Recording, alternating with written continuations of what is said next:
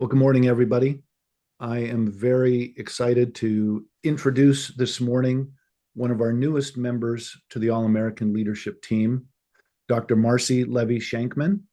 And over the next few minutes, we're going to get to know a little bit about Marcy, how she has come to be who she is today, and a little bit more about what makes her tick. So, Marcy, welcome. Thank you, Rob. Why don't we start by just giving us a little bit of the story behind who you are today and how you came to be what you are and doing the work that you're doing? Well, thanks. I'm excited to share with you my journey. And like most people, I am where I am today, not because I necessarily planned explicitly to be here. I would say that my track has been anything but a straight line. And the irony of that is, I thought it would be a straight line. So I grew up as the kid of a university student affairs professional. And I thought, this is an amazing way of life where you get to be part of a college campus forever. So, in some ways, you don't totally have to grow up. And so that was the initial course of my career. I graduated from college at the College of William and Mary and got a job 3 weeks later and moved to the University of Iowa, where I was leading a staff of about 25 students, half of whom were older than me, all of whom knew more than me. And it was a very powerful, exciting, humbling experience. And that began this journey of helping people to be the best versions of themselves wherever they find themselves. So, fast forward, I took let's say, a slight right turn during my graduate work at Indiana University, which was where I got my doctorate degree, because I still was on this course of become a student affairs professional, lead a campus culture so that students become the best versions of themselves and institutions remember that they are there to serve students. And it was while I was working on my PhD, I was working full time at an organization called the Center on Philanthropy.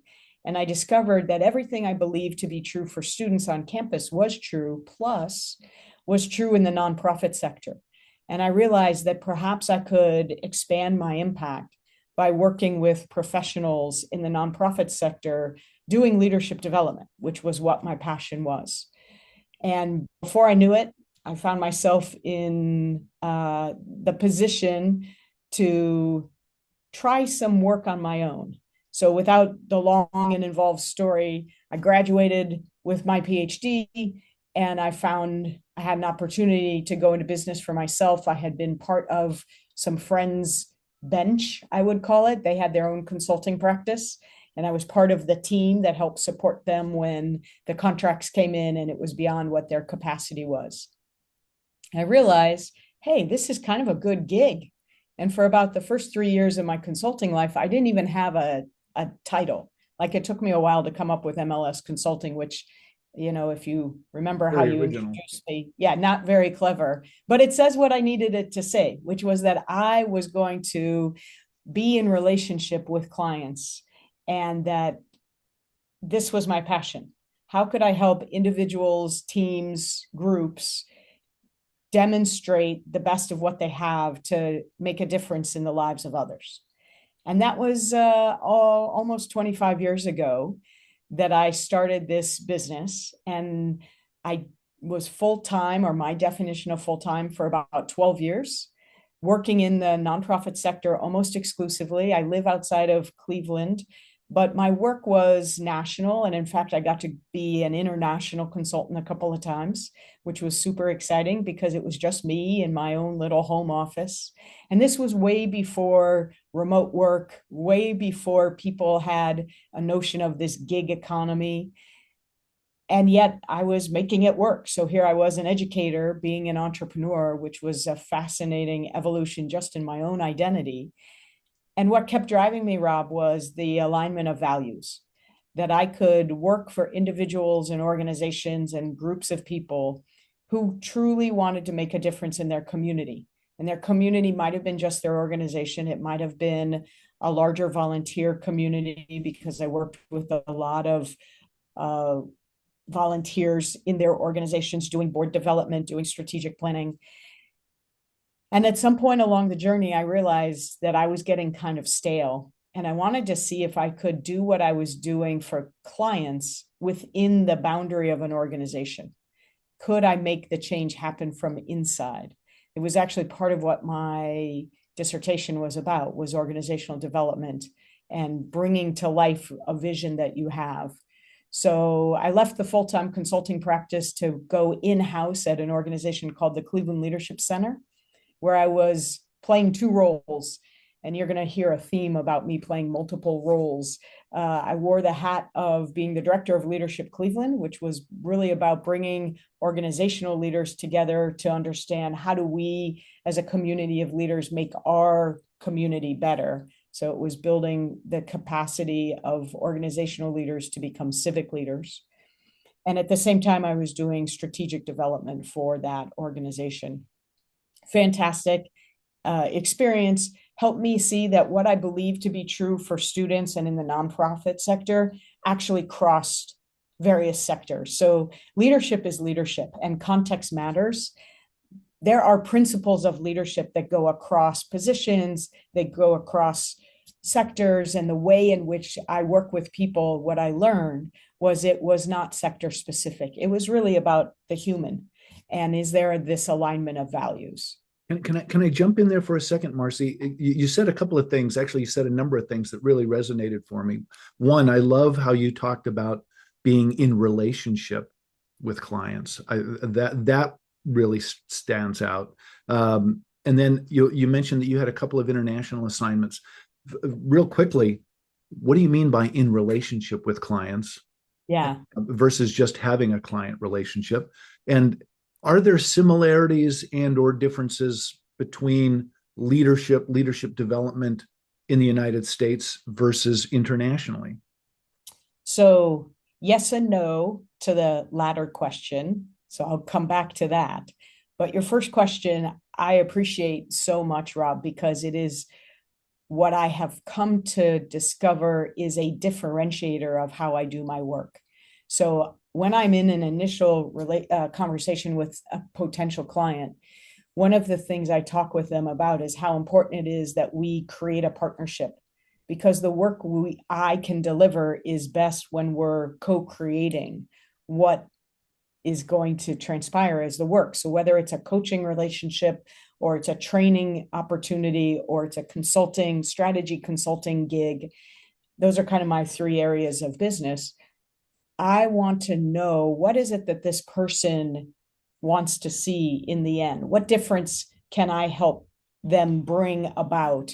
Because leadership is about change. What does being in relationship with clients mean? It really means that we are learning from each other so that the desired change that they're seeking can be brought. So if it's at the individual level, I want to understand what makes this person tick. What are they seeking to be at the end of our engagement? If it's working with a leadership team, I not only want to understand the team as a whole, I want to understand the individuals. And this is, I think, one of the lessons I learned from Leadership Cleveland, and actually goes back to my student affairs days, which is everyone is different. And in order to help a team or a group of people be the best versions of themselves, that's not just a group effort, it's also an individual effort. So how can I best understand what makes individuals tick so that I can align with them, so that I can challenge them, so that I can help them discover what their strengths are? Because I'm operating from a belief that I actually am not going to change people. I'm going to help them find the capacity within themselves to change. Beautiful. I love that. So your international question, Yes. is leadership the same? I am intrigued by the Venn diagram that I would say is constantly changing, because it depends what country you're in, and it depends what the opportunity is that they're seeking to learn about. What I would say is there are still some basic principles that I think are human principles. For instance, trust and integrity and respect. those are core values and core virtues and requirements in my mind around what leadership means and can lead to. Is if those exist, it doesn't matter who you are. The question is, how do you create, how do you sustain, how do you foster? And you'll see, I have seen cultural differences around that play out. Now, there are also nuances of what works in one society when it comes to effective leadership. There are some different cultural norms that you take into account, I think, when you're working globally. And I don't do a lot of it, but the bits and pieces that I've done has impressed upon me that there really is a Venn diagram, that there are certain truisms and there are important distinctions. So I don't go in assuming that I, as an American who's basically been in the Midwest of the country my whole life, understands everything about what this person or what this group needs, which goes back to this notion of being in relationship with my clients. It's a mutually developing relationship that helps foster the kinds of outcomes that they're seeking. And I hope to see my role as a facilitator of those.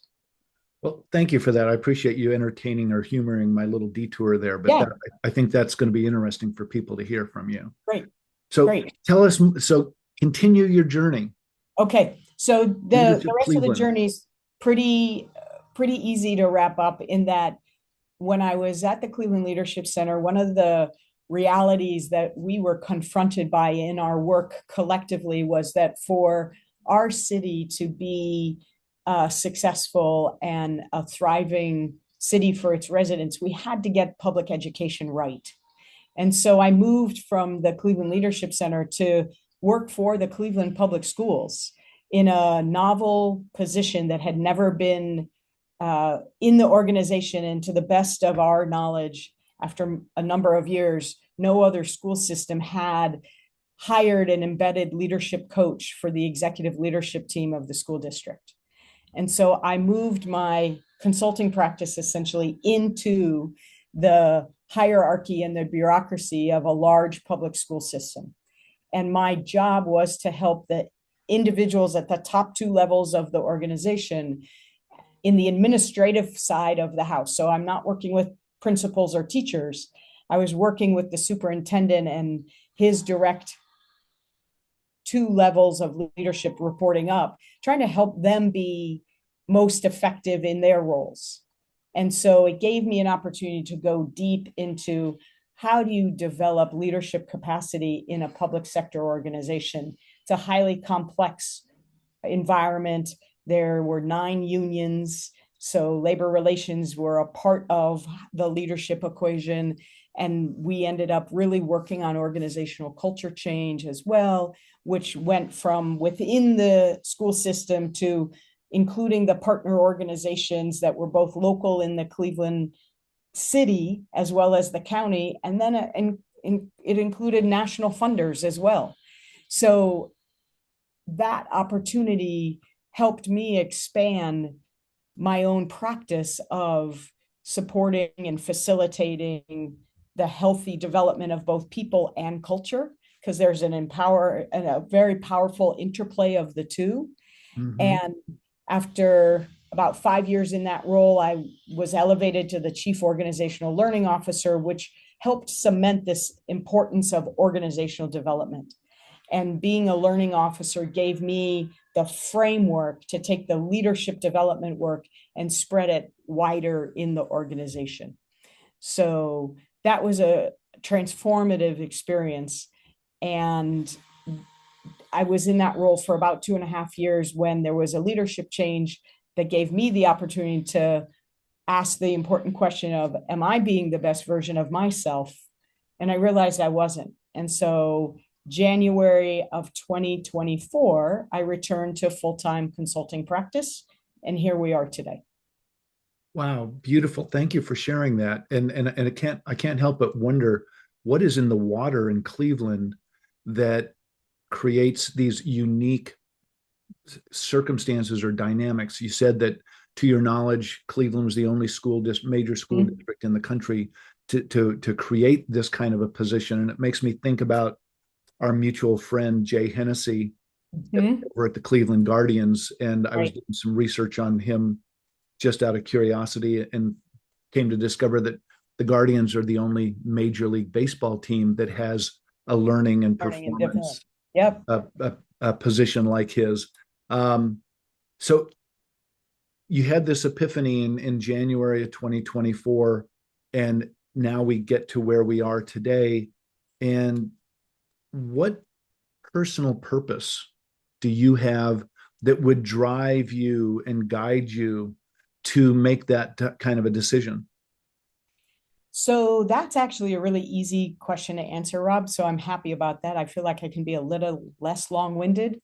And that is the purposes remain the same. I am driven to help individuals and groups and organizations be the best versions of themselves. So I want to help people achieve their potential. And what I realized was the conditions weren't allowing me to do that. I love that. Very clean, very succinct. So perhaps expanding on that, what personal values or principles drive you in how you act, how you interact with others, and how you make decisions to pursue that purpose? Love that question. And it's been a ongoing, can I say dialogue with myself, or is that then technically a monologue? I don't know. It's the internal It depends conversation. on just how disconnected your brain is if you have Right, multiple personalities or right. voices. I think I'm pretty solid. And it's just been an ongoing reflective process. Let's call it that. That sounds a little healthier. Um, and I'm going to go back 25 years to say, I've never had a business plan. And I still don't have a business plan because what I've realized every time I've gone to create a business plan is that my values are my business plan. So when I think about the values that drive me, that help me make those decisions, that have guided me all these years, I gave you a few of them. It's respect, it's integrity, it's trust. I think there is an evolving realization on my part that I am driven by this belief that everyone has potential to be more or to be better. And I don't have a one word for that, but there's a constellation of values that go around that. So there is this notion that learning is key and we all have this opportunity to learn. And if I'm ever in a position where I'm not learning, I might as well not show up. Driving the learning are values like, and you and I have talked about this, curiosity, love, compassion, um, and this optimism that I hold very deeply in my heart and my head that there is better that is out there. And we may not know what better looks like. I am driven for not staying in a situation that isn't healthy, it's not good. I can't really tolerate the persistence of that state of being. So there is that optimism that drives me towards where do we find a better pathway? Where do we find the glimmer of hope? Where do we find the silver lining? Even if it's a situation that you don't have control over and it is causing pain, I want to be a supportive voice, a facilitative voice to say, okay, so where can we start to move to get out of this? What supports are needed? Where's the silver lining?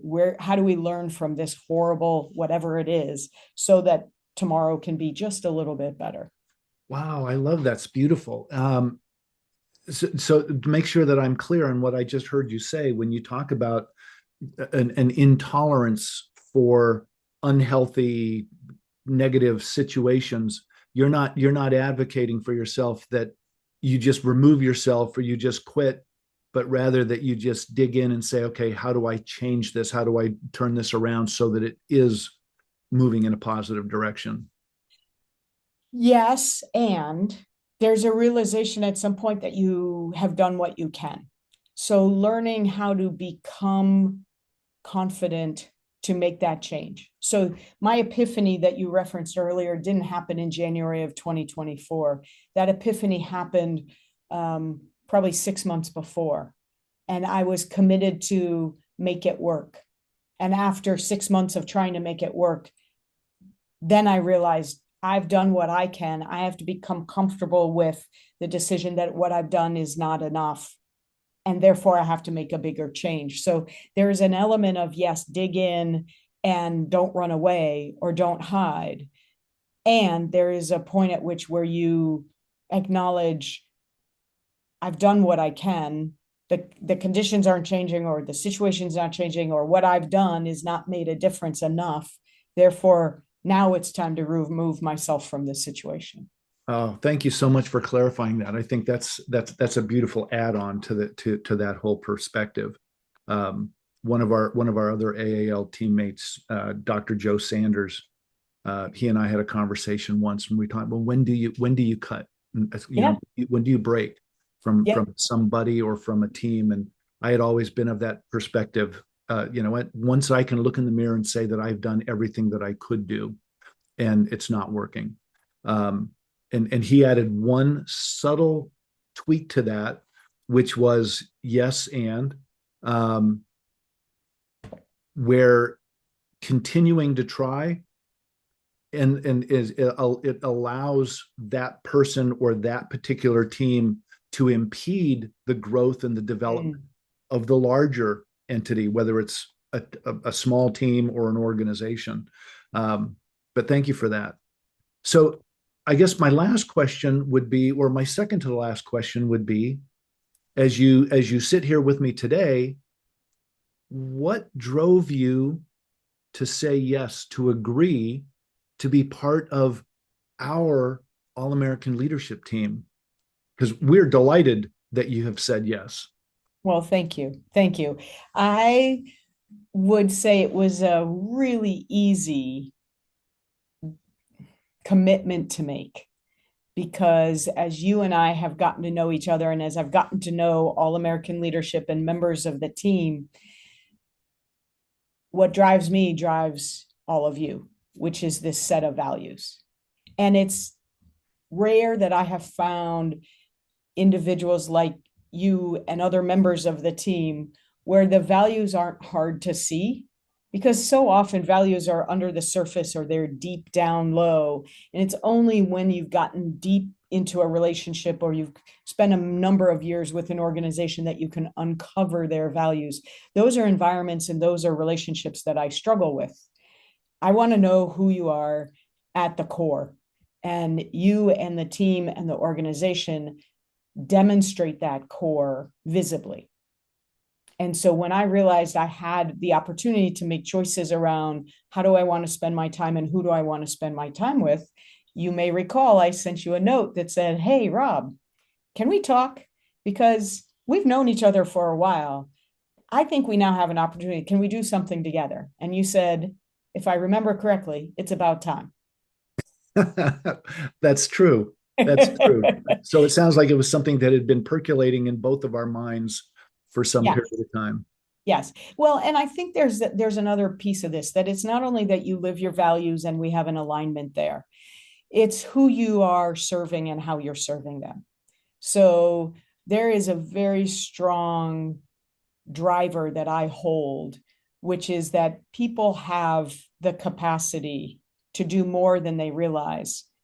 Oftentimes what they need is an infusion of good ideas, an infusion of support, an infusion of space or time so that they can find it, or so that an individual can discover it with and through a relationship with another person. And I think that's what All American Leadership does in its academies and its coaching and its curriculum. And that is very similar to how I've worked with my clients in my trainings and in my coaching and in the curriculum that I've developed. So there was an easy alignment of, we do things very similarly to a similar end. Now we might come at it from different angles, and I love that. I love the diversity there. But even when our sources of knowledge are so similar, it's a kind of a no-brainer. Well, thank you. Boy, that's very kind to hear. Well, thank you. I mean, it was really lovely to hear it's about time because it had been percolating. And I was like, I wonder if I'm crazy thinking about this. And you affirmed that either I'm not or we are. And either way, it's good. And we are all in. Yes. Um, so as we wrap up, what else should we know about Marcy that hasn't come up yet? Mm. Well, I feel like I've talked so much, Rob. So the exciting part is I can think of a few things and I'll be succinct. One is um, I find that when people are in dialogue with each other, there is almost no better space to be in. And I love when I am working with a group in whatever setting, and I don't have to say a thing because whatever we've created together has created that space for them to engage in meaningful conversation and dialogue, meaning they're learning from each other, they're creating new knowledge. I can't think of a better way to spend my time. And that's also part of what I love about All American Leadership, because I think that's a goal, is how do we create that space? Um, I would be remiss if I didn't share that I am driven by my family, like so many people who are in the All American Leadership team. My family grounds me. My family just kicks me up a notch. And I, I genuinely look forward to phone calls, visits, whatever it is. We have a pretty small family. And so, being a parent was one of the best and hardest decisions I've ever made. And it's one of the best and hardest jobs I hold. And it's probably the most important job that I have. Oh, I love hearing that. I love hearing that. And I have to tell you, Marcy, that of all the interviews I've ever done, like so many of yours and my dialogues, this has just been such an easy, natural conversation to have with you. It almost doesn't feel like it's a recorded interview. So thank you very much for that. Oh my gosh. Thank you. I look forward to continuing to inspire, empower, and challenge leaders to grow and develop themselves with you into the future. Thank you. Me as well, Rob.